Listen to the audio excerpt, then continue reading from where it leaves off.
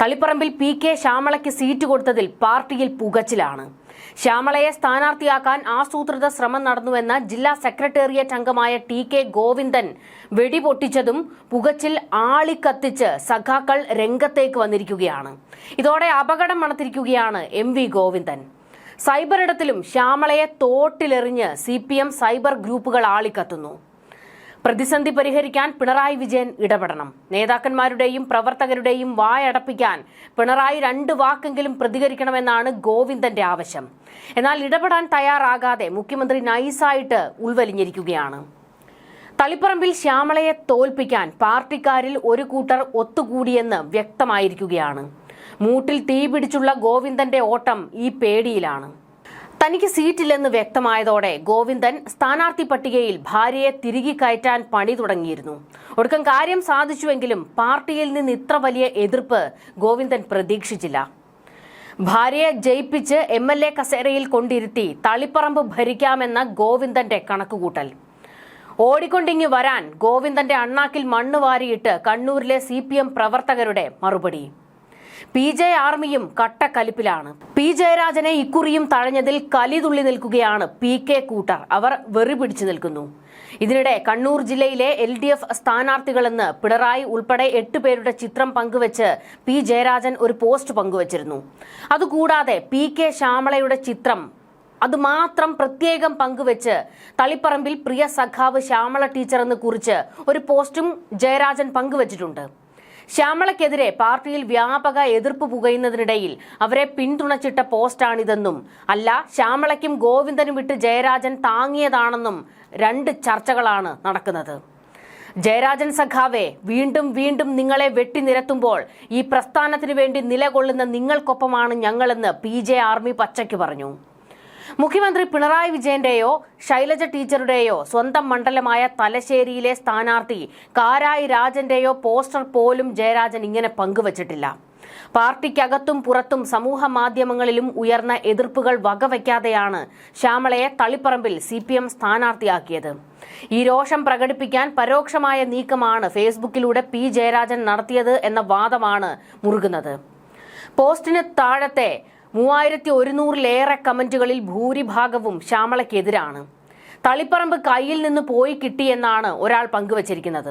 നാണമില്ലേ ഈ reservation system? Communist പാർട്ടിയെ നാണം കെടുത്താനായിട്ട്.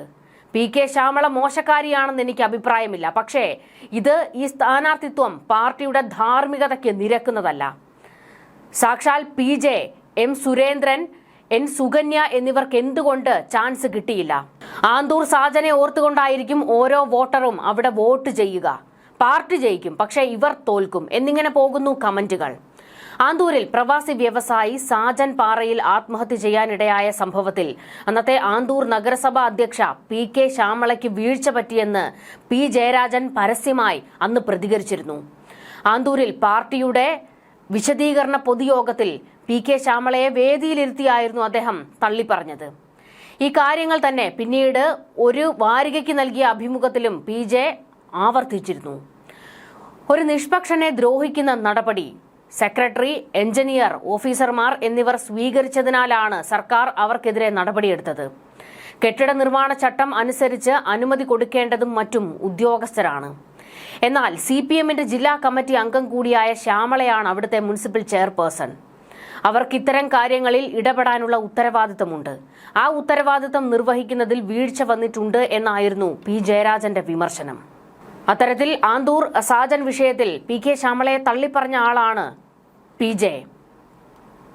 നേരത്തെ ശ്യാമളയുടെ സ്ഥാനാർത്ഥിത്വത്തിൽ എതിർസ്വരങ്ങൾ ഉയർന്നപ്പോൾ തീരുമാനം പുനഃപരിശോധിക്കണമെന്നും MV ജയരാജനെ ഇവിടേക്ക് പരിഗണിക്കുന്നുവെന്നും അഭ്യൂഹങ്ങൾ ഉണ്ടായിരുന്നു. എന്നാൽ ഇതെല്ലാം തള്ളിയാണ് കഴിഞ്ഞ ദിവസം MV ഗോവിന്ദൻ സ്ഥാനാർത്ഥി പട്ടിക പുറത്തുവിട്ടത്. ഇതോടെ തുടങ്ങിയ പോര് ആളിക്കത്തുകയാണ്. TK ഗോവിന്ദൻ കൂടി വെടിപൊട്ടിച്ചതോടെ എല്ലാം കൈവിട്ടുപോയി. MV ഗോവിന്ദൻ ഭാര്യയെ സ്ഥാനാർത്ഥിയാക്കാൻ ആസൂത്രിത ശ്രമം നടത്തിയെന്നായിരുന്നു TK ഗോവിന്ദൻ ആരോപിച്ചത്. 3 തവണ ഗോവിന്ദൻ MLA ആയി. 4ാമത്തെ തവണ ഭാര്യയെ സ്ഥാനാർത്ഥിയാക്കി. അതിനായി വലിയ ആസൂത്രണം നടന്നുവെന്നും അദ്ദേഹം ആരോപിക്കുന്നു. തളിപ്പറമ്പിൽ വനിതാ സ്ഥാനാർത്ഥിയെ വേണമെന്ന ആവശ്യമാണ് നേതൃത്വം ഉയർത്തിയത്. എന്നാൽ സുകന്യ മത്സരിക്കട്ടെ എന്നാണ് പാർട്ടി അഭിപ്രായം ഉയർന്നത്. അത് പരിഗണിച്ചില്ല. പകരം ഭാര്യയെ ഇറക്കുകയാണ് ചെയ്തത്. ശ്യാമളയ്ക്കെതിരെ മണ്ഡലം കമ്മിറ്റിയിൽ കടുത്ത എതിർപ്പാണ് ഉയർന്നത്. എന്നാൽ ആ എതിർപ്പ് പരിഗണിച്ചില്ല. കമ്മ്യൂണിസ്റ്റ് പാർട്ടിക്കുള്ള ധാർമ്മികത ഉണ്ടായില്ല. ഇത് അനീതിയാണ്. ഗോവിന്ദൻ മാഷ് MLA ആയ ശേഷം ആരോപണങ്ങൾ ഉയർന്നു വന്നുവെന്നും അദ്ദേഹം ചൂണ്ടിക്കാട്ടി. ഗോവിന്ദൻ മാഷിന്റെ മകൻ ബാഹ്യമായ ഇടപെടൽ നടത്തുന്നതായും TK ഗോവിന്ദൻ ആരോപിച്ചു. ഇതിനിടെ TK ഗോവിന്ദനെതിരെ പാർട്ടി അച്ചടക്ക നടപടി സ്വീകരിക്കും.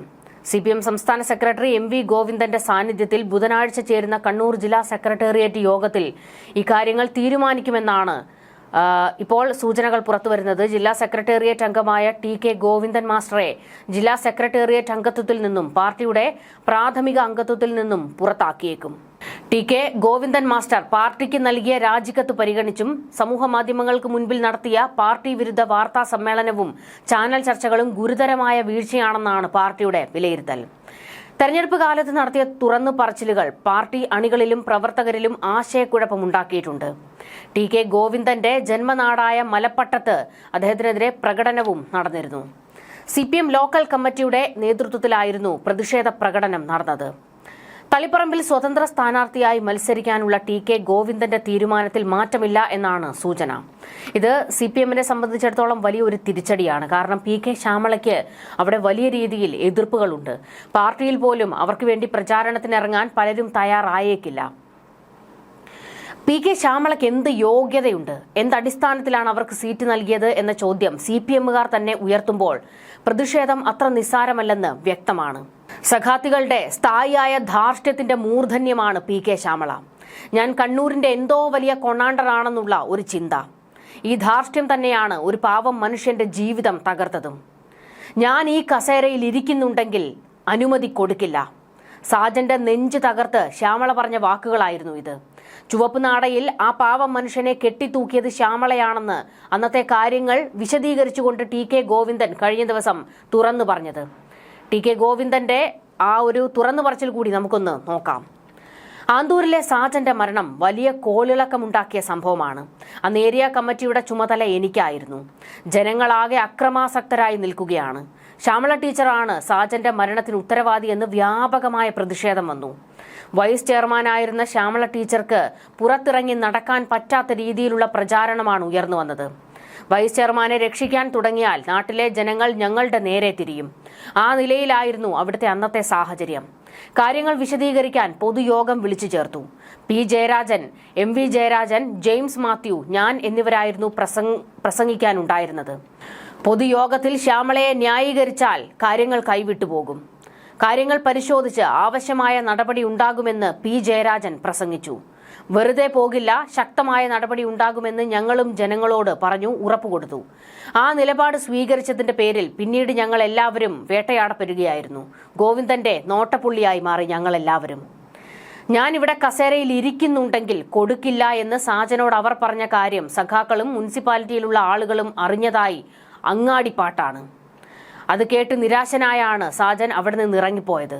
സംഭവത്തിൽ പിന്നീട് പോലീസ് അന്വേഷണ കമ്മീഷനെ വെച്ചു. എന്നാൽ ടീച്ചർക്കൊന്നിലും ഉത്തരവാദിത്തമില്ലെന്ന റിപ്പോർട്ടാണ് തയ്യാറാക്കിച്ചത്. PK ശ്യാമള കുറ്റക്കാരിയല്ലെന്നാണ് പോലീസിന്റെ കണ്ടെത്തൽ. വളരെ പ്രധാനപ്പെട്ട ചില രേഖകൾ കാണാതായിട്ടുണ്ട് എന്ന് പിന്നീട് പറഞ്ഞിട്ടുണ്ട്.